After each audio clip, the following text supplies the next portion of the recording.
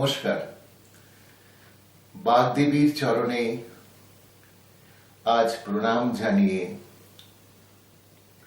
আজকে ষষ্ঠ দিনের আলোচনা শুরু করছি।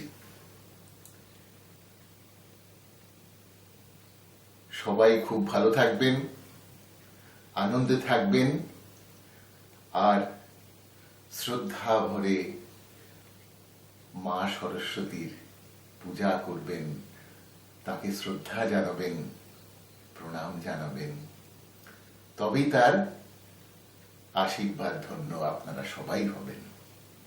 আসুন আজ কিছু আলোচনা করা যাক।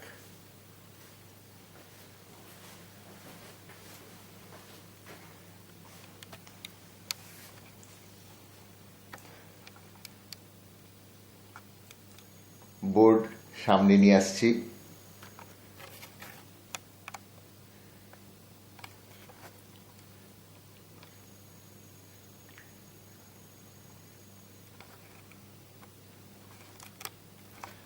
আজকে আমরা 12টি রাশিতে 12টি ভাবের কথা বলবো।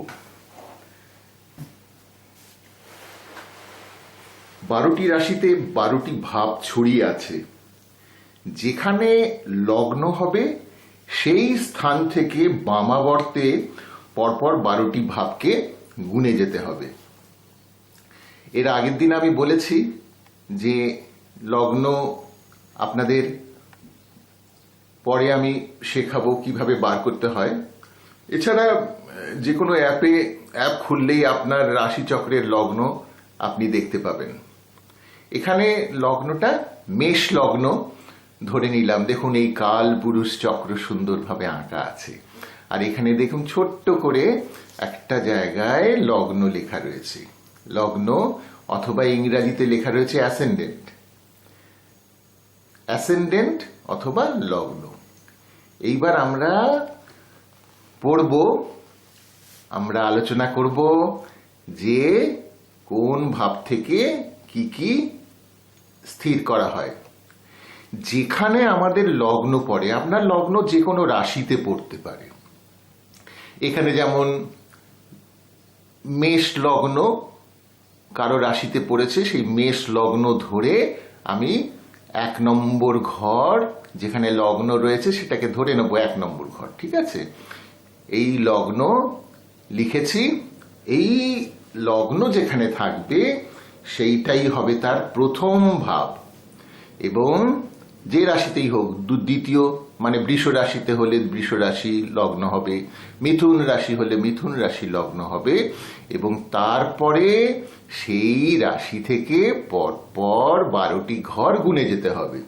ঠিক আছে, যেমন মেষ রাশি থেকে হলে একদম শেষ লগ্ন, একদম শেষ রাশি পড়বে মীন রাশি যদি মেষ রাশি লগ্ন হয়। যদি বৃষ রাশি লগ্ন হয় একদম শেষে পড়বে 12 নম্বর ঘরে মেষ রাশি। যদি মিথুন রাশি লগ্ন হয় একদম শেষে 12 ঘর পেরিয়ে তার 12 নম্বর ঘর পড়বে বৃষ রাশিতে।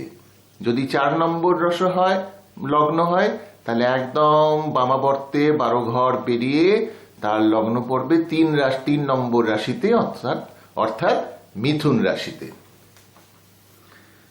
তো আসুন প্রথমে আমরা আলোচনা করি লগ্ন যেখানে পড়েছে সেই তাকে বলা হয় তনুভাব। এই দেখুন তনু লেখা রয়েছে, এই তনুভাব। এই তনুভাব থেকে শরীর, বর্ণ, আকৃতি প্রকৃতি, তার যশ, জাতকের মান, জাতকের রূপ, এই সব বিচার করা হয়। যেমন যেমন গ্রহ সেখানে থাকবে এবং সেই লগ্ন যে রাশিতে পড়েছে সেই রাশির যেমন কারকতা হবে সেই মতো তার আকৃতি প্রকৃতি হবে, শরীর হবে, বর্ণ হবে। ঠিক আছে, তনুভাব যে রাশিতে পড়বে ওই রাশির অধিপতিকে তনু ভাবাধিপতি বা লগ্নাধিপতি বলে। এখানে তনুভাব কোথায় পড়েছে? প্রথমেই বলেছি আমরা ধরে নিয়েছি মেষ রাশিতে। তাহলে এই মেষ রাশির অধিপতি হচ্ছে মঙ্গল। এখানে কি বললাম? তনুভাব যে রাশিতে পড়বে ওই রাশির অধিপতিকে তনু ভাবাধিপতি বা লগ্নাধিপতি বলে। মেষ রাশির অধিপতি মঙ্গল। এরপরে আমি এই সমস্ত রাশির অধিপতি সম্বন্ধে আলোচনা করব।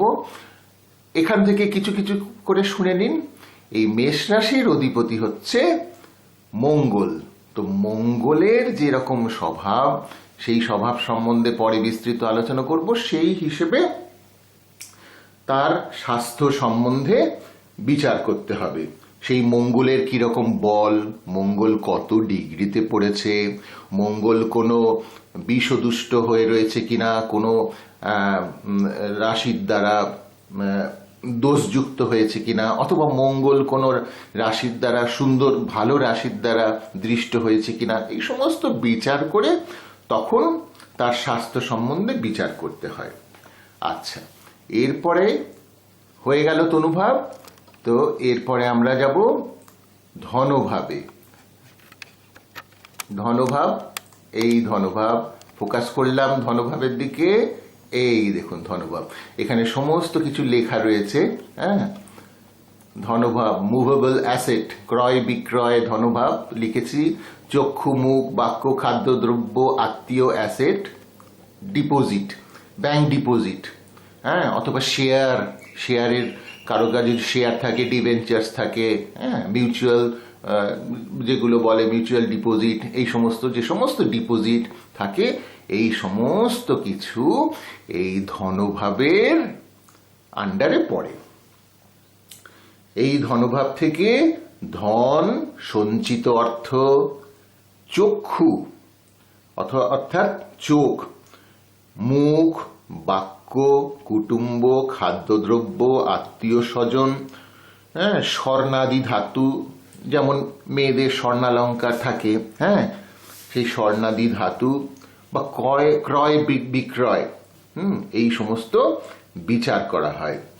দ্বিতীয় বা ধনভাব যে রাশিতে পড়ে সেই রাশির অধিপতিকে ধনাধিপতি বলা হয়। এখানে দ্বিতীয় ভাব পড়েছে বৃষ রাশিতে। বৃষ রাশির অধিপতি হচ্ছে শুক্রাচার্য, শুক্র। সুতরাং শুক্রের স্বভাব অনুযায়ী, হ্যাঁ, এই ধনভাবের বিচার করতে হবে। শুক্র কোন নক্ষত্রে পড়েছে, কোন রাশিতে আছে, হ্যাঁ, যে কোনো রাশিতে থাকতে পারে, হ্যাঁ, বা কোন রাশির দ্বারা দৃষ্ট হয়েছে, সমস্ত কিছু বিচার করে তখন এইভাবে প্রত্যেক ভাবাধিপতিকে জানতে হবে, মানে শুক্র কেমন। সুতরাং কি বললাম? দ্বিতীয় বা ধনভাব যে রাশিতে পড়ে সেই রাশির অধিপতিকে ধনাধিপতি বলা হয়। এভাবে প্রত্যেক ভাবাধিপতিকে জানতে হবে।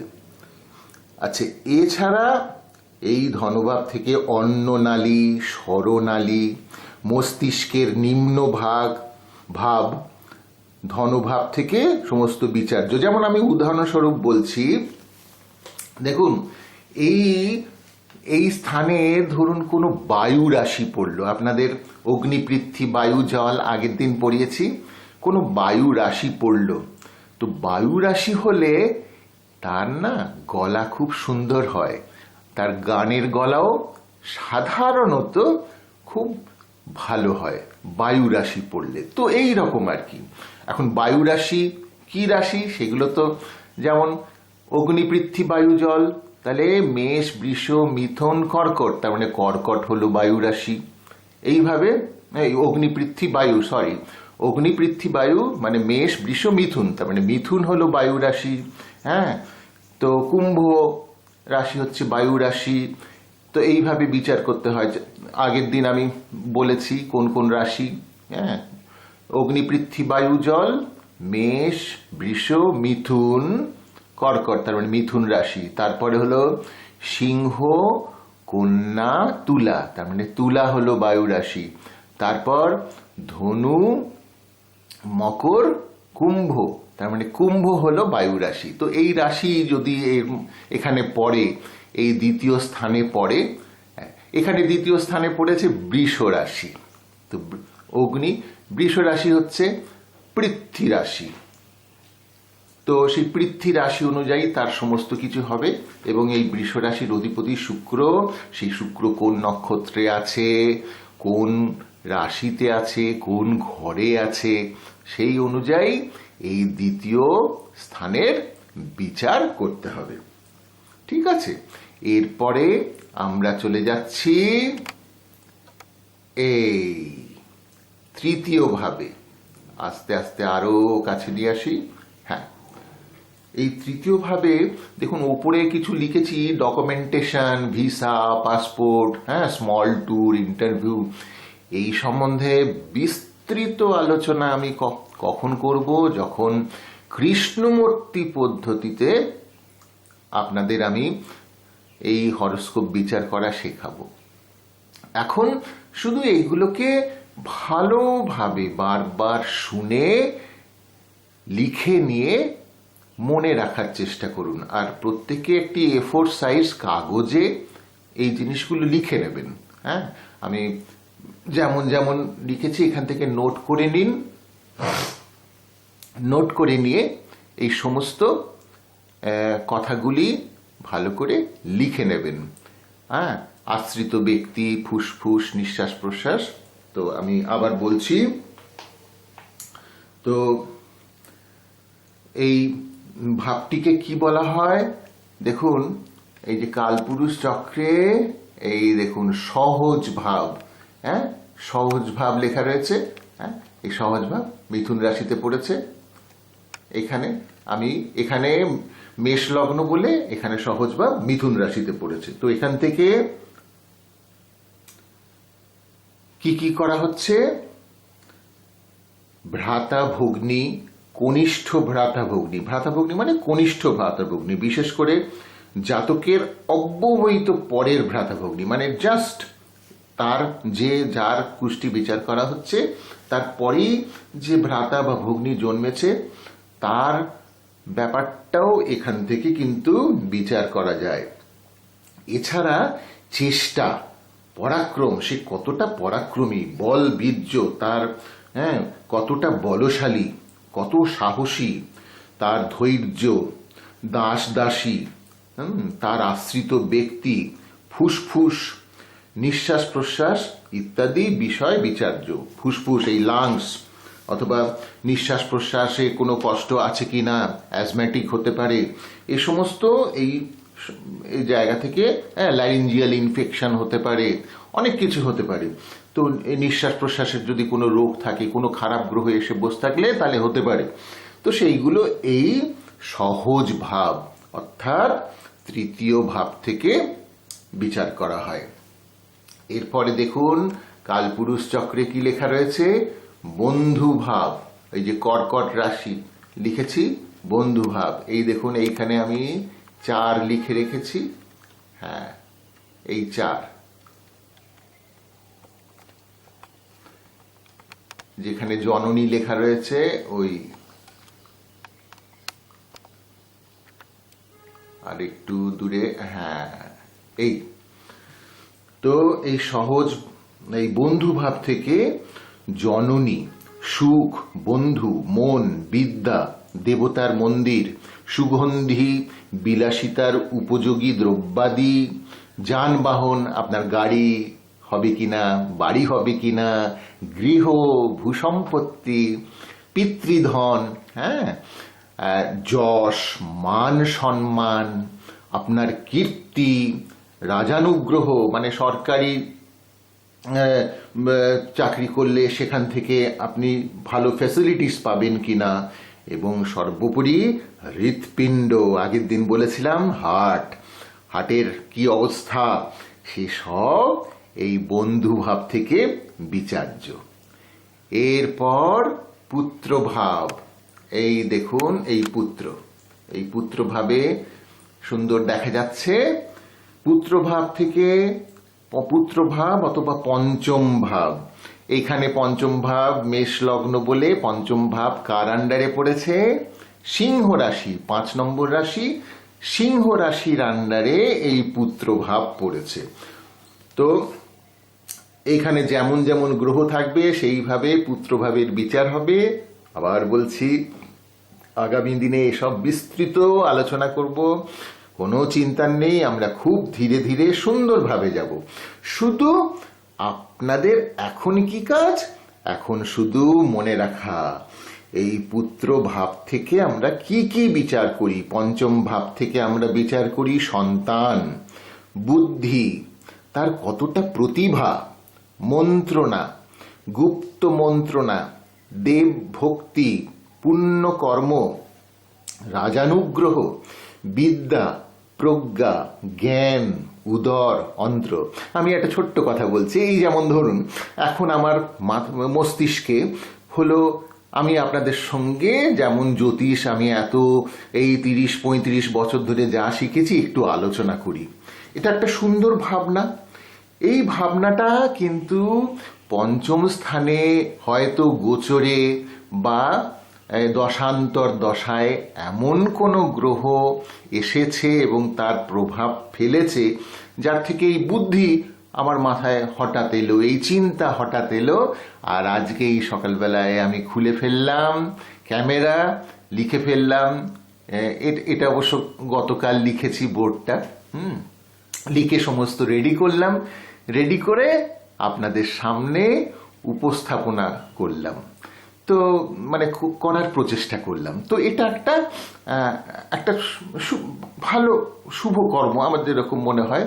এতে আমারও জ্ঞান বৃদ্ধি হলো এবং আপনারাও এখান থেকে কিছু শিখলেন। তো এই সমস্ত কিছু কিন্তু এই যে চেতনা জাগা সমস্ত কিছু এই পঞ্চম ভাব থেকে বিচার করতে হয়। হ্যাঁ, আবার এই পঞ্চম ভাব থেকে একেবারে পুত্র বা সন্তান ভাবও বলা হয়, এখান থেকে সন্তানেরও বিচার হয়। তো তাহলে সন্তান, বুদ্ধি, প্রতিভা, মন্ত্রণা, গুপ্ত মন্ত্রণা, দেবভক্তি, পুণ্যকর্ম, রাজানুগ্রহ, বিদ্যা, প্রজ্ঞা, জ্ঞান এবং উদর ও অন্ত্র। উদর এবং অন্ত্র এই পঞ্চম ভাব থেকে বিচার করতে হয়। এরপরে চলে যাচ্ছি ষষ্ঠ ভাবে। হ্যাঁ, এই ষষ্ঠ ভাবকে কিন্তু আবার শত্রু ভাবও বলা হয়। আবার রিপু, দেখুন লেখা রয়েছে পঞ্চম মানে কন্যা রাশির আন্ডারে, দেখুন কালপুরুষ চক্রে রিপু, রিপু লেখা আছে এই ষষ্ঠ ভাবে কালপুরুষ চক্রে। এইখানে এই রিপু সন্তান ভাবের পরে দেখুন কালপুরুষ চক্রে এই রিপু লেখা রয়েছে। আগের দিন আপনারা নিশ্চয়ই লিখেছেন। আর এই জিনিসটাকে একটু এঁকে রাখার চেষ্টা করবেন। এই দেখুন এই নাভির তলা থেকে এই যে রিপু ভাব, কন্যা রাশি থেকে তুলা রাশির মধ্যে যে অংশটাই রয়েছে ওই রিপু ভাব, রিপু ভাব বলা হয়। হ্যাঁ, অথবা শত্রু ভাবও বলা হয়। হ্যাঁ, এক একজন এক একভাবে বলে গেছেন। এখানে দেখুন রিপু ভাব লিখে রেখেছি। তো এই ভাব থেকে শত্রু, বাধা, বিঘ্ন, রোগ প্রতিরোধ শক্তি, ক্ষত, ক্লেশ, নাভিদেশ, এক্ষুনি দেখালাম নাভিদেশ, মধুরাদি ষড়রস। মধুরাদি ষড়রস মানে আপনার জিভের টেস্ট কেমন হবে, হ্যাঁ, কি খেতে ভালো লাগে, টক, মিষ্টি, ঝাল, তেতো, হ্যাঁ, সেটাও কিন্তু এই ষষ্ঠ ভাব থেকে আমরা জানতে পারবো। ঠিক আছে। এরপরে হচ্ছে মাতুল, মামা, মাসি মানে মায়ের ছোট বোন, জ্ঞাতি বর্গ, আপনার জ্ঞাতি যারা রয়েছে তারা। আর লটারির দ্বারা প্রাপ্ত অর্থ এই ষষ্ঠ ভাব থেকে বিচার করা হয়। মামলা মোকদ্দমা, পৃষ্ঠ, পিঠ, মেরুদণ্ড, চাকরি আর দাস্যবৃত্তি। হ্যাঁ, কার কত সুন্দর ভৃত্য কে পাবে, ভালো কাজের লোক পাওয়াও এখন খুব মুশকিল হয়, সেটাও কিন্তু এই ষষ্ঠ ভাব থেকে বিচার করা যায়। আর চাকুরি, সার্ভিস, আর পরে আমি জানবো এই যে কম্পিটিশন, কোনো কম্পিটিটিভ পরীক্ষা, হ্যাঁ, আপনি কীরকম পাবেন সেটাও ষষ্ঠ ভাব থেকে। হ্যাঁ, কম্পিটিটর থেকে কতটা আপনি এগিয়ে থাকবেন, আপনার অন্য কম্পিটিটর, তারাই সপ্তম ভাবে কিন্তু কম্পিটিটর রয়েছে, তাদের থেকে কতটা আপনি এগিয়ে থাকবেন, সেই কম্পিটিশনে কতটা আপনি কৃতকার্য হবেন, সেটাও কিন্তু এই ষষ্ঠ ভাব। আর লাস্টে আমি লিখেছি লিটিগেশন। লিটিগেশন এই যে কোর্ট কাছারির সমস্ত কিছু, সেটাও এই ষষ্ঠ ভাব। কোর্ট কেস, লিটিগেশন, তাতে আপনার কতটা জয়লাভ হবে কি হবে না, সেটাও এই ষষ্ঠ ভাব থেকে বিচার করা হয়। হ্যাঁ, সুতরাং দেখছেন তো, এই জ্যোতিষে এইটুকু ছকের মধ্যে আপনার সারা জীবনের যা কর্ম, যা কিছু করবেন, যা কিছু করতে পারবেন কি যা পারবেন না, সব কিছুর ইতিবৃত্ত এই ছোট্ট ছকটির মধ্যে নিবদ্ধ হয়েছে। শুধু এটি ভগবান লিখে পাঠিয়েছেন, আমাদের কি কাজ হবে এটাকে ট্রান্সলেট করা, এটাকে পড়া। যেমন যেমন ছক আপনার বেরিয়ে আসবে আপনার জন্ম সময় থেকে, সেই ছক অনুযায়ী প্রপারলি এটাকে পড়া। সুতরাং এই প্রপারলি পড়তে গেলে আগে সুন্দরভাবে আমাদের একটু একটু করে একদম নিখুঁতভাবে প্রত্যেকটি ভাবের ব্যাপারে জানতে হবে। এরপরে চলে যাচ্ছি জায়া ভাব। দেখুন এখানে লেখা রয়েছে জায়া, জায়া ভাব। এই জায়া ভাব থেকে স্ত্রী বা পতি, বিবাহ, বিবাহিত জীবন, সাংসারিক জীবন, যাতায়াত, বাণিজ্য, হ্যাঁ, তারপর অংশীদার নিয়ে ব্যবসা বাণিজ্য, জ্যেষ্ঠ ভ্রাতার সন্তান, বড় ভাইয়ের ছেলে মেয়ে, তারপর পদপ্রাপ্তি, আপনি সামাজিক জীবনে কর্মজীবনে হ্যাঁ কি পদ পেতে পারেন, হ্যাঁ সেই পদ। এছাড়া শারীরিক ব্যাপার হচ্ছে মূত্রাশয়, হ্যাঁ, ইউরিনারি ব্লাডার যেটাকে বলা হয়, তারপর কিডনি, তারপর কামজ ব্যাপার মানে সেক্সুয়াল অ্যাফেয়ার্স, তারপর তলপেট, প্রজনন যন্ত্রাদি, তারপর কুচকি, গ্রয়েন্স বা ইঙ্গুইনাল রিজিয়ন যেগুলো আমরা বলি, সেই কুচকি, সেই কুচকি এখান থেকে হয়। তারপর শুক্র, সিমেন, বা আর হচ্ছে স্ত্রী অঙ্গ, ফিমেল অর্গানস, এই সমস্ত কিন্তু এই ষষ্ঠ ভাব থেকে বিচার করা হয়। এরপরে চলে যাচ্ছি আয়ু। এইভাবে এটাকে বলা হয় নিধন ভাব। এই নিধন ভাব থেকে কি কি হয়, এই দেখুন, নিধন ভাব থেকে বিচার করা হয় আয়ু, মৃত্যুর কারণ, মামলা মোকদ্দমা। এখানে আবার চলে আসছে মামলা মোকদ্দমা। জীবনের মধ্যে যত ঘাত প্রতিঘাত আসে, এই মামলা মোকদ্দমা একটা খুব খারাপ জিনিস, সেটাও এই অষ্টম স্থান থেকেও আবার বিচার করা হয়। হ্যাঁ, সেই জয় পরাজয়, বন্ধন, সবচেয়ে বড় কথা জীবনের সমস্ত বাধা বিঘ্ন, সেটাও এই অষ্টম ভাব নির্দেশ করে। ক্লেশ, হ্যাঁ ক্লেশ, মানুষের ডিপ্রেশন অনেক সময় হয়, সেটাও এই অষ্টম ভাব বিচার করে। সাংসারিক ঝঞ্ঝাট, বস্তি প্রদেশ, আগের দিনই বলেছি সেটা দেখে নেবেন। বস্তি প্রদেশ, গুহ্যস্থান, জেনিটাল অর্গানস, মূত্র ও রক্ত, হ্যাঁ, বিরাট, আবার বিরাট অট্টালিকা, যারা এই ফ্ল্যাটে থাকে, ফ্ল্যাট বাড়িতে, হ্যাঁ, সে ফ্ল্যাট বাড়িতে থাকবে কিনা, ছোট বাড়িতে থাকবে কিনা, সেটাও কিন্তু এই অষ্টম ভাব থেকে বিচার করা যায়। আর মৃত ব্যক্তির সম্পত্তি, সেটাও অষ্টম ভাব থেকে, মৃত ব্যক্তির সম্পত্তি কেউ লাভ করবে কিনা।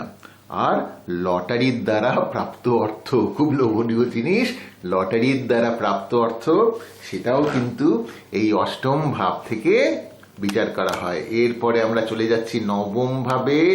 দেখুন এই নবম ভাব লেখা রয়েছে লাল কালিতে, একটু হায়ার এডুকেশন লেখা রয়েছে, এটাকে ভালো করে নোট করে রাখবেন। হ্যাঁ, আমি স্পেশালি লিখেছি, পরে এগুলো আমি সব আলোচনা করব।